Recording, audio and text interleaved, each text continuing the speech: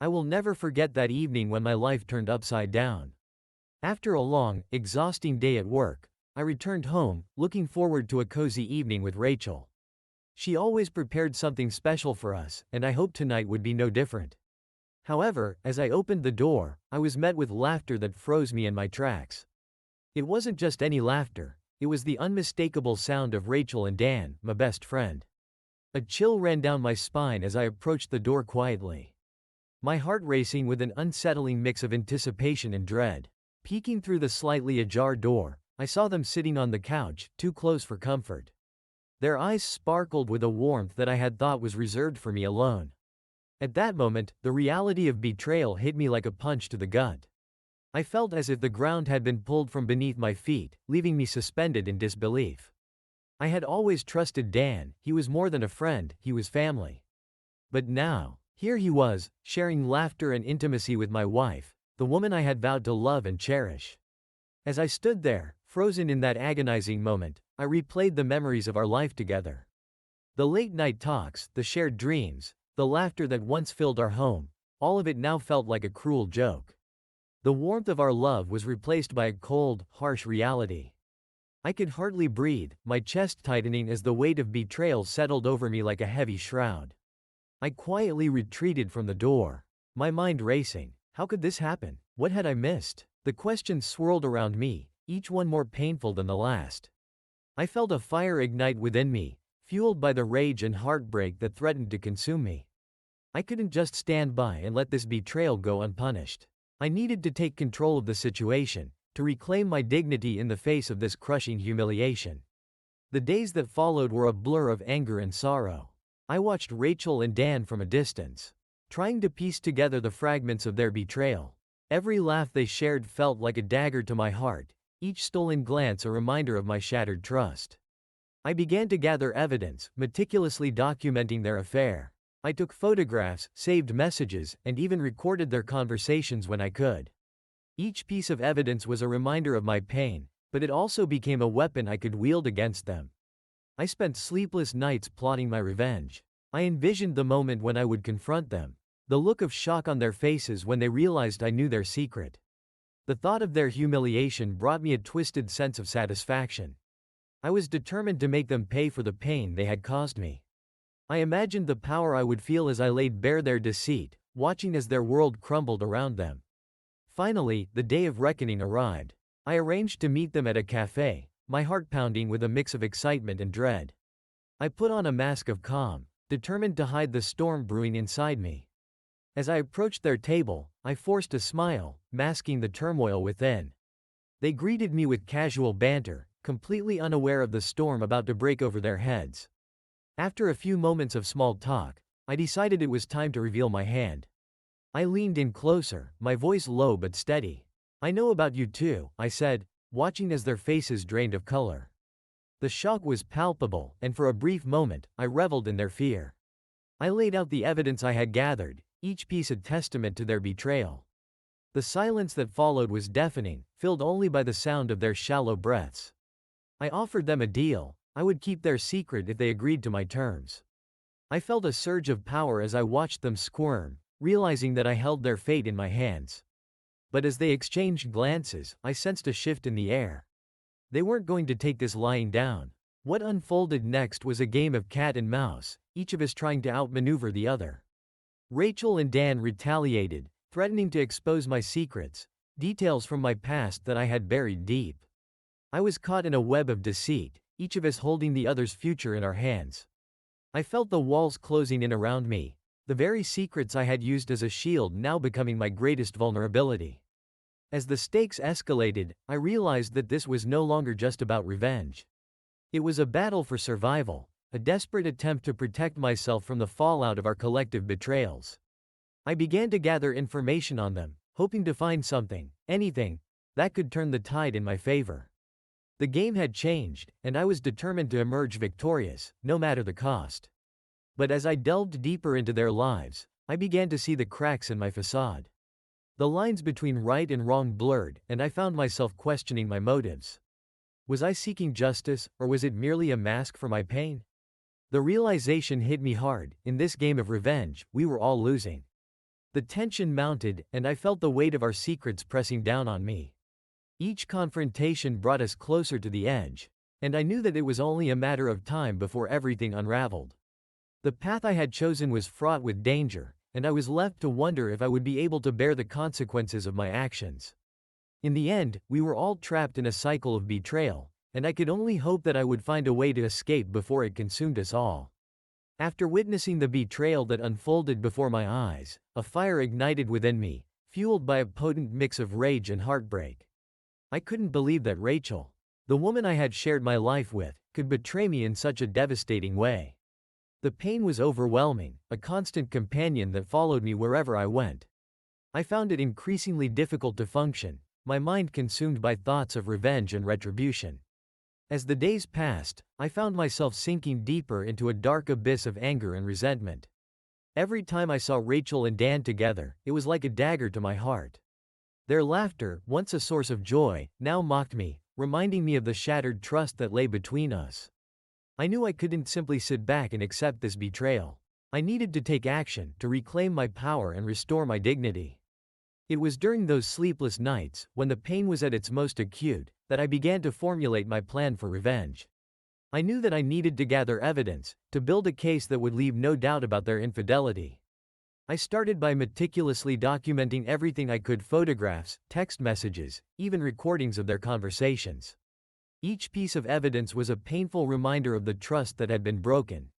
But it also became a weapon that I could wield against them. As I delved deeper into their affair, I began to uncover more and more incriminating details. I learned about their secret meetings, the lies they told to cover their tracks, and the lengths they went to keep their relationship hidden. The more I discovered, the more my anger grew, fueling my determination to make them pay for the pain they had caused.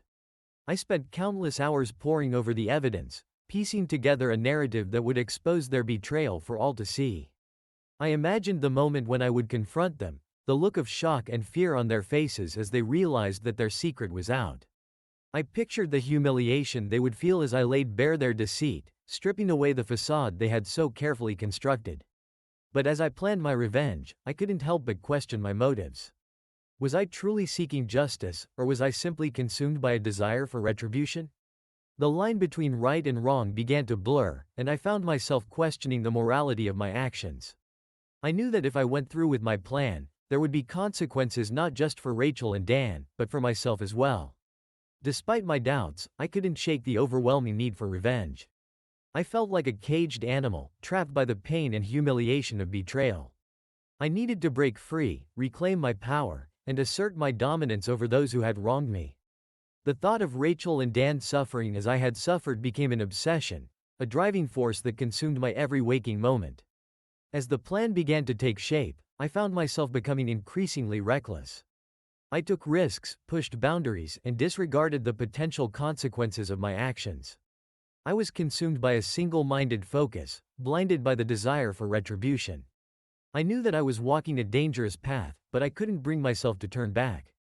The allure of revenge was too strong, too intoxicating to resist. In the end, I knew that there would be no going back. Once I set my plan in motion, there would be no turning back. I would have to see it through to the bitter end, no matter the cost. I steeled myself for the battle ahead, determined to emerge victorious, even if it meant sacrificing everything I held dear. The stakes were high, but in my mind, the potential rewards were worth the risk. I was ready to fight for my honor, to reclaim my rightful place in the world, even if it meant destroying those who had betrayed me in the process. The day of reckoning had finally arrived. I had spent countless hours preparing for this moment. And now it was time to confront Rachel and Dan. My heart raced with a mixture of anticipation and dread as I made my way to the cafe where we had agreed to meet. I had rehearsed every word and every gesture, and yet as I approached the entrance, I felt a wave of uncertainty wash over me. Was I truly ready for what was about to unfold? As I stepped inside, the familiar scent of coffee and pastries enveloped me, but it did little to calm my nerves. I spotted them at a corner table, their heads bent close together, sharing a laugh that felt like a knife twisting in my gut. They looked so comfortable, so at ease with one another, and the sight of it made my blood boil. I took a deep breath, steeling myself for the confrontation that was about to take place. "Hey, guys," I called out, forcing a smile onto my face as I approached their table. Rachel looked up, her expression shifting from surprise to a forced cheerfulness that didn't quite reach her eyes. Dan, on the other hand, wore a mask of casual indifference.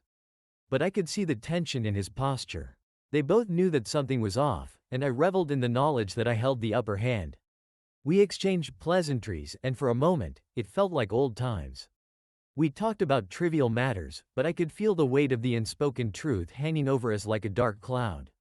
I could see the flickers of anxiety in their eyes, and it only fueled my resolve. I was in control now, and I intended to make the most of it. After a few minutes of small talk, I decided it was time to lay my cards on the table. I need to talk to you both about something important, I said, my voice steady but low. I watched as their expressions shifted, curiosity mingling with apprehension. I leaned in closer, lowering my voice to a conspiratorial whisper. I know about your affair. The silence that followed was deafening. Rachel's face went pale, and I could see the color drain from Dan's cheeks. Their eyes locked onto mine, wide with shock and disbelief. It was a moment I had envisioned countless times, and yet the reality of it was even more satisfying than I had imagined. I felt a surge of power coursing through me, electrifying and intoxicating. I have proof, I continued, my voice firm. Text messages, photos, even recordings of your conversations. I've documented everything. I reached into my bag and pulled out a folder filled with evidence, the weight of it a physical manifestation of the betrayal I had endured. I placed it on the table between us. Watching as their eyes darted toward it, fear etched on their faces. I'm not here to make a scene, I said, my tone measured. But I want you to understand the gravity of the situation. If this gets out, it will ruin both of your lives. Your careers, your reputations, everything you've built could come crashing down. I leaned back in my chair, allowing the weight of my words to sink in. This was my moment, and I intended to make the most of it. Rachel opened her mouth to protest, but I raised a hand to silence her. I'm not interested in your excuses or your apologies. What I want is simple. You will both do exactly as I say, and in return, I will keep your secret. I could see the gears turning in their minds, the realization that they were now at my mercy. What do you want? Dan asked, his voice barely above a whisper. There was a tremor in his tone, and I could sense the fear radiating off him.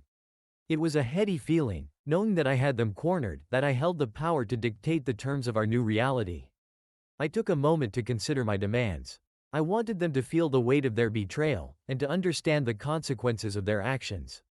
First, you will both end your relationship immediately. No more sneaking around, no more lies.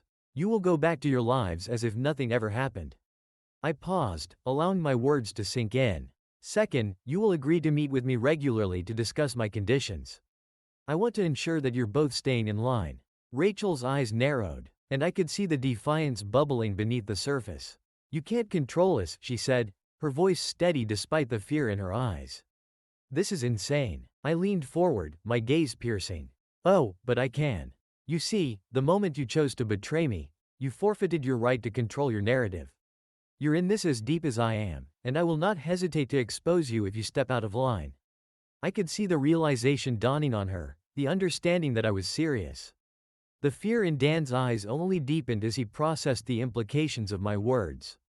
What if we refuse? Dan asked, his bravado faltering. It was a question I had anticipated, and I was ready with my answer. Then I will make sure that every detail of your affair is made public. I will contact your employers and your families, and I will ensure that everyone knows the truth about what you've done. Do you think you can just walk away from this? You're both sadly mistaken. I leaned back, crossing my arms, allowing the tension to build in the air around us. The silence that followed was thick with uncertainty. I could see their minds racing, weighing their options, and I knew that I had them right where I wanted them. They were trapped, and I was the one holding the keys to their freedom, or their destruction. Finally, Rachel broke the silence.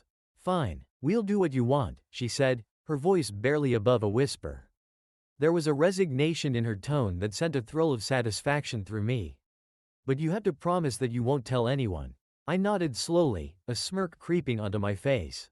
Of course. As long as you both keep your end of the bargain, your secret is safe with me. I could see the tension in their shoulders ease slightly, but I knew that this was just the beginning. They were now pawns in my game, and I intended to make the most of it. As we wrapped up our meeting, I felt a sense of triumph wash over me. I had successfully turned the tables on them, and I was now in control of my narrative. But beneath the surface, a nagging doubt began to creep in. I had crossed a line, and I couldn't shake the feeling that this was only the beginning of a much darker journey. As I left the cafe, a mix of exhilaration and dread coursed through me.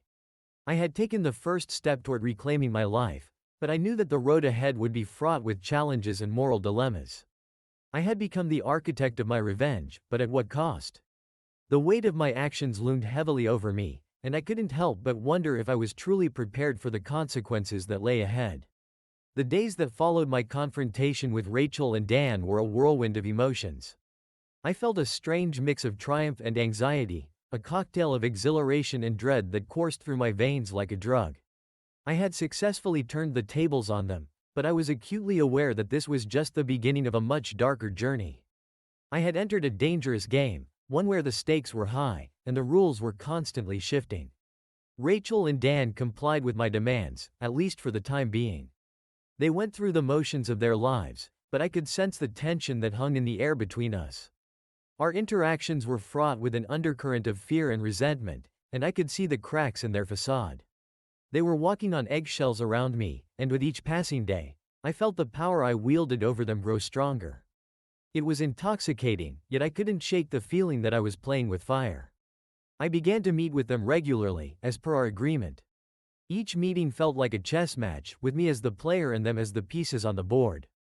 I would lay out my terms, and they would nod in compliance, but I could see the simmering resentment in their eyes. They were not content to be my pawns, and I knew that it was only a matter of time before they would attempt to reclaim their power. As the weeks passed, I started to notice subtle changes in their behavior. They became increasingly defiant, testing the boundaries I had set. It was as if they were waiting for the right moment to strike back, to reclaim their lives from the grip of my blackmail. I could see the tension building, and I knew that I had to remain vigilant. The last thing I wanted was to let my guard down and allow them to turn the tables once again. One afternoon, I received a text from Rachel asking to meet. My heart raced as I read her message, a mix of curiosity and apprehension flooding through me. I wondered what she could want to discuss. Had she decided to come clean? Was she finally ready to end this twisted game? I agreed to meet her at a small park near our neighborhood, a place that held memories of happier times. As I arrived at the park, I spotted Rachel sitting on a bench, her posture tense and her expression guarded. She looked up as I approached, and I could see the flicker of determination in her eyes. I took a seat beside her, bracing myself for whatever was about to unfold. "Brad, we need to talk," she said, her voice steady but laced with an undercurrent of anxiety. "This situation is getting out of hand. We can't keep living like this." I raised an eyebrow, intrigued. "What do you mean? You're the one who agreed to my terms." "I know, but this isn't sustainable. We're all walking on eggshells, and it's only a matter of time before one of us snaps. You can't keep controlling us like this, Brad. It's not right." There was a fire in her eyes that I hadn't seen before, and it both excited and unnerved me. "Right or wrong doesn't matter anymore, Rachel. What matters is that I have the upper hand, and I intend to keep it that way," I replied, my voice firm. I could feel the tension crackling between us, and I knew that this conversation could go either way. "But at what cost?" she pressed, her voice rising slightly. "You're not just hurting us, you're hurting yourself too. This isn't who you are." I felt a pang of guilt at her words, but I quickly pushed it aside. "You don't get to lecture me about who I am. You've betrayed me in the worst way possible, and now you want me to feel sorry for you?" My voice dripped with venom, and I could see her flinch at my words. Rachel took a deep breath, her composure wavering. "I'm not asking for your sympathy, Brad. I'm asking you to reconsider. We can find a way to move forward without this constant tension. We can work on rebuilding trust, but it has to start with honesty." Her words hung in the air, and for a moment, I was tempted to consider her proposal. Maybe there was a way to salvage our relationships, to find a path forward that didn't involve manipulation and deceit. But then I remembered the pain of betrayal, the way it had shattered my trust, and I felt the walls around my heart harden once more. "I don't trust you, Rachel. Not after what you did. This is the only way I can ensure that you and Dan don't betray me again," I said, my voice cold and unyielding. "You need to understand that I'm not going to let my guard down. Not now, not ever." Rachel's expression shifted, and I could see the frustration boiling beneath the surface. You're only making things worse, Brad. This isn't going to end well for any of us. You're pushing us into a corner, and when people are cornered, they fight back. I felt a chill run down my spine at her words. The realization that they might retaliate was unsettling, but I quickly dismissed it. I had the upper hand, and I wasn't about to let them regain control. Let them try, I said defiantly. I'll be ready. As I left the park, I couldn't shake the feeling that I had underestimated Rachel and Dan. They were cornered animals, and cornered animals were dangerous. I needed to stay one step ahead of them, to anticipate their moves before they could make them. The game was far from over, and I was determined to come out on top. Over the next few days, I kept a close eye on Rachel and Dan, watching for any signs of rebellion. I noticed that they were spending more time together, whispering and exchanging glances that spoke volumes. It was a subtle shift, but it was enough to raise the hairs on the back of my neck. I felt a growing sense of paranoia, convinced that they were plotting something behind my back. One evening, I decided to confront Dan directly. I arranged to meet him at a bar, a place where we had shared many laughs in the past. As I entered, I spotted him sitting at the bar, nursing a drink. He looked up as I approached, and I could see the tension in his posture. He knew why I was there. Brad, he said, his tone neutral but guarded. What's going on? I took a seat beside him, my gaze steady. I want to know what you and Rachel are planning.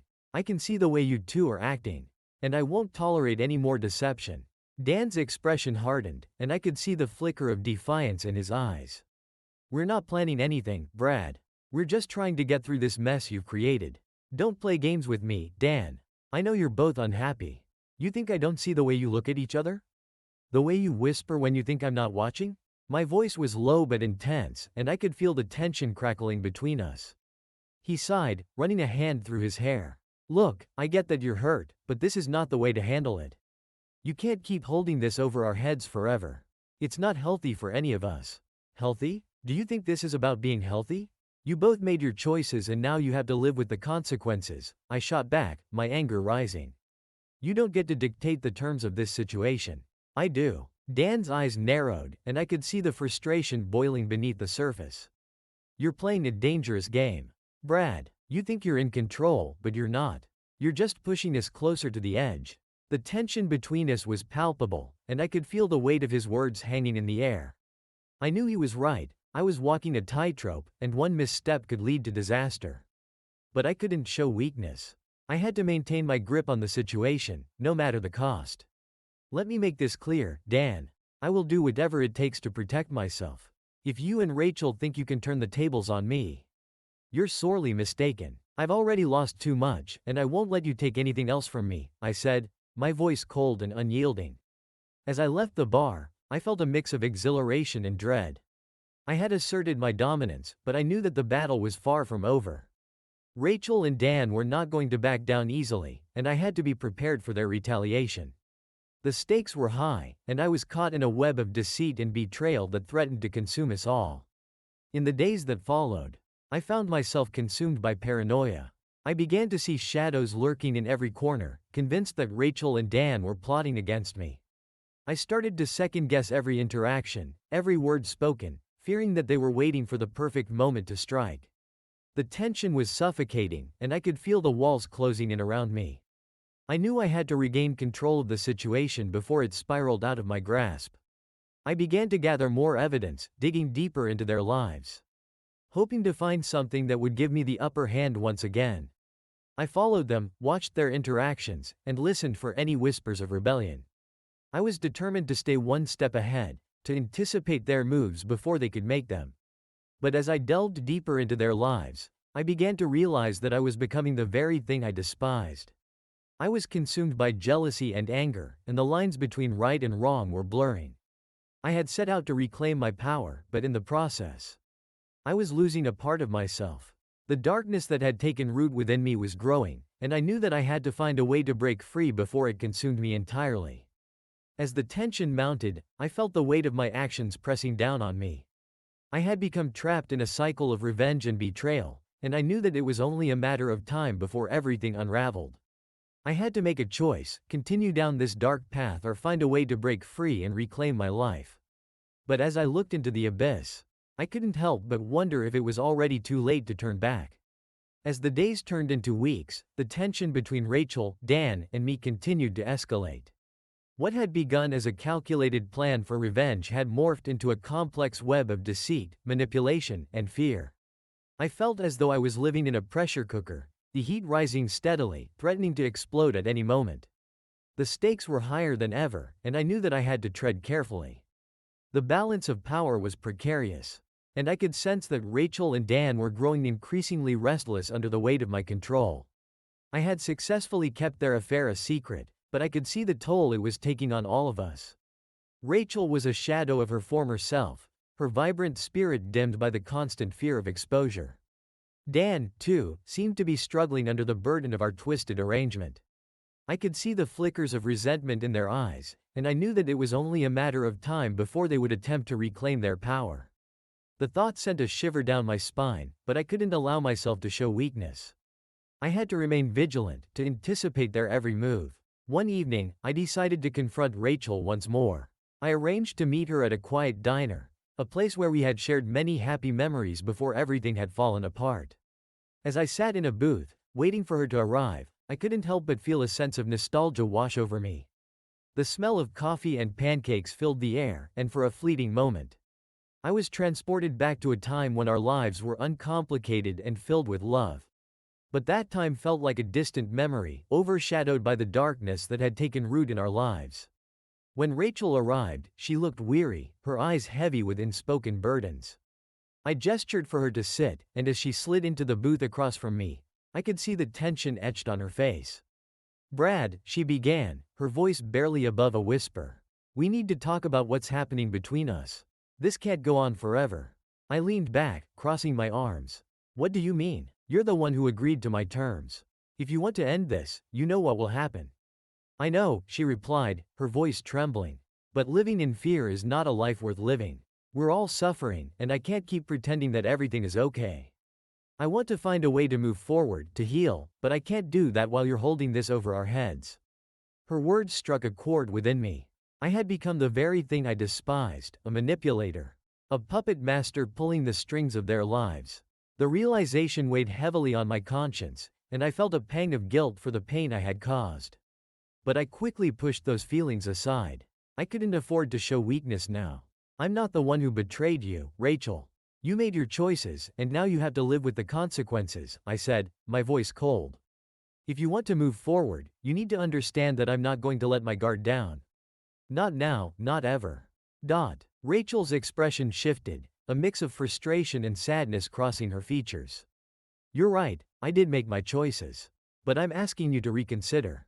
We can find a way to work through this without resorting to blackmail. We can be honest with each other." I felt the walls around my heart begin to crack, but I quickly steeled myself against her plea. "Honesty? After everything that's happened? I can't trust you, Rachel. Not anymore." As the conversation continued, I could see the desperation in her eyes. She was pleading with me to see reason, but I was too far gone, consumed by my desire for revenge. I had built my walls high, and I wasn't ready to let anyone in. The fear of being hurt again loomed large, and I couldn't shake the feeling that if I let my guard down, I would lose everything once more. The tension between us reached a breaking point, and I could feel the air crackling with unspoken words. "Brad, please," Rachel said, her voice trembling. "I don't want to live like this. I want to find a way to heal, but I need you to meet me halfway." I could see the tears welling in her eyes, and for a moment, I was tempted to relent. But the memories of betrayal flooded my mind, and I hardened my heart. "I can't, Rachel. I won't." As I left the diner that night, I felt a mix of anger and regret swirling within me. I had pushed her away, and in doing so, I had lost a piece of myself. The darkness that had taken root in my heart was growing, and I knew that I had to find a way to break free before it consumed me entirely. In the days that followed, I became increasingly paranoid. I watched Rachel and Dan closely, convinced that they were plotting against me. I could see the way they exchanged glances, the way they whispered when they thought I wasn't listening. It was a constant reminder that I was not in control, and the thought sent a chill down my spine. One evening, I decided to follow them. I parked my car a few blocks away from their apartment and waited, my heart racing with a mix of anxiety and determination. I needed to know what they were up to see if they were truly planning to turn the tables on me. As the sun began to set, I saw them leave together, their bodies close as they walked down the street, deep in conversation. I followed them at a distance, my heart pounding in my chest. They walked to a nearby bar, a place I had never been but had heard them mention before. I parked my car and approached the entrance, my pulse quickening as I stepped inside. The dim lighting and loud music created an atmosphere of chaos, and I felt a sense of unease wash over me. I scanned the room, my eyes searching for Rachel and Dan. When I finally spotted them at a corner table, my heart sank. They were laughing together, their bodies leaning in close as they shared drinks. The sight of them together ignited a fire of jealousy and rage within me, and I felt my fists clench at my sides. As I watched them, I could see the way they interacted. There was a familiarity between them that made my stomach churn. They were no longer just two people caught in a web of betrayal. They were allies, united against me. The realization hit me like a punch to the gut, and I knew that I had to act quickly before it was too late. I approached their table, my heart racing as I prepared to confront them. "What's going on here?" I demanded, my voice low and dangerous. Rachel and Dan looked up, surprise etched on their faces. "Brad," Rachel said, her voice tinged with fear. "What are you doing here?" "I followed you," I replied, my gaze locked on Dan. "I wanted to see what you two were up to. Are you plotting against me?" Dan's expression hardened, and I could see the tension in his posture. "We're not plotting anything, Brad. We're just trying to enjoy a night out. You need to back off." "Back off?" I echoed, incredulous. "You think I'm just going to stand by while you two pretend like everything is normal? I know what you're doing, and I won't let you take control again." Rachel's eyes flashed with anger. "You're the one who's out of control, Brad. This isn't healthy for any of us. You're pushing us away, and if you keep this up, you're going to lose everything." Her words struck a nerve, and I felt a surge of panic rise within me. I couldn't let them see my fear, couldn't let them know how close I was to losing everything I had fought for. "You think I'm afraid of losing you? You've already betrayed me once. I won't let it happen again." As the confrontation escalated, I could feel the weight of the situation bearing down on me. The anger, the fear, the desperation, it was all too much to bear. I had become trapped in a cycle of revenge and betrayal, and I knew that it was only a matter of time before everything unraveled. At that moment, I realized that I had to make a choice. I could continue down this dark path, consumed by anger and resentment, or I could find a way to break free and reclaim my life. But as I looked into the eyes of Rachel and Dan, I couldn't help but wonder if it was already too late to turn back. The tension in the air was palpable, and I could feel the weight of my choices pressing down on me. I had become a prisoner of my own making, trapped in a web of deceit and betrayal that threatened to consume us all. As I stood there, facing the consequences of my actions, I knew that I had to find a way to break free before it was too late. The question was, how? In the end, all of our secrets came to light, and the consequences were devastating. Rachel and Dan ended their relationship, but it brought me no satisfaction. I was left alone, with a sense of emptiness and loss that threatened to consume me. I realized that revenge brought no happiness, only more pain and suffering. I had lost not only my wife but my best friend as well. Now, I had to rebuild my life from the ashes of betrayal, learning to forgive and move forward. I understood that sometimes it's better to let go than to cling to what has already been lost. As I sat alone in my apartment, surrounded by the remnants of my shattered life, I couldn't help but reflect on the choices that had led me to this point. The anger, the jealousy, the thirst for revenge, it had all consumed me, blinding me to the damage I was causing not only to Rachel and Dan but to myself as well. I had become a shadow of my former self, a hollow shell driven by a need for retribution that had ultimately left me empty and alone. The days that followed were a blur of pain and regret. I watched as Rachel and Dan went their separate ways, the weight of their betrayal and my actions hanging heavy between us. I wanted to reach out, to apologize, to find a way to make amends. But the words caught in my throat. The trust that had once bound us together had been shattered beyond repair, and I knew that there was no going back. As I tried to piece my life back together, I found myself constantly second-guessing my decisions. Had I gone too far? Had I crossed a line that could never be uncrossed? The guilt ate away at me, a constant companion that followed me wherever I went. I had become a prisoner of my own making, trapped in a web of deceit and betrayal that I had woven myself. Amid my turmoil, I realized that I needed to find a way to break free. I couldn't continue living in the shadow of my past mistakes, constantly looking over my shoulder, waiting for the other shoe to drop. I needed to find a way to forgive myself, to move forward, and to reclaim the life that had been stolen from me. It was a slow and painful process, but with the help of a therapist and the support of a few close friends, I began to heal. I learned to let go of the anger and resentment that had consumed me, to forgive those who had wronged me, and to forgive myself for the choices I had made. It wasn't easy, and there were times when I felt like giving up, but I knew that I had to keep fighting if I ever wanted to find peace. As the months passed, I began to see the world in a different light. The darkness that had once clouded my vision had lifted, and I could see the beauty that surrounded me. I started to appreciate the small things in life, the moments of joy and connection that I had once taken for granted. I realized that true healing came not from revenge, but from letting go and embracing the present. In the end, I knew that I would never be the same person I was before the betrayal. The scars would always be there, a reminder of the pain I had endured and the lessons I had learned. But I also knew that I was stronger for it, more resilient, and more compassionate than I had ever been before. I had faced the darkness within myself and emerged on the other side, a better and more whole person for it. As I looked back on the events that had unfolded, I couldn't help but feel a sense of sadness for the relationships that had been lost. Rachel and Dan had been an integral part of my life, and their absence left a hole that could never be filled. But I also knew that it was time to let go, to move forward, and to embrace the future that lay ahead. In the end, the aftermath of our betrayal was a stark reminder that no one wins in a game of revenge. We had all lost something precious, something that could never be replaced. But it was also a testament to the resilience of the human spirit, to the power of forgiveness and the possibility of healing, even in the face of the most devastating of circumstances. As I stepped out into the world, ready to embrace a new chapter in my life, I couldn't help but feel a sense of hope. The road ahead would not be easy, but I knew that I was ready to face it head on. I had learned the hard way that true strength comes not from holding onto the past, but from letting go and embracing the future. And with that knowledge firmly in my grasp, I knew that I would be able to navigate whatever challenges lay ahead.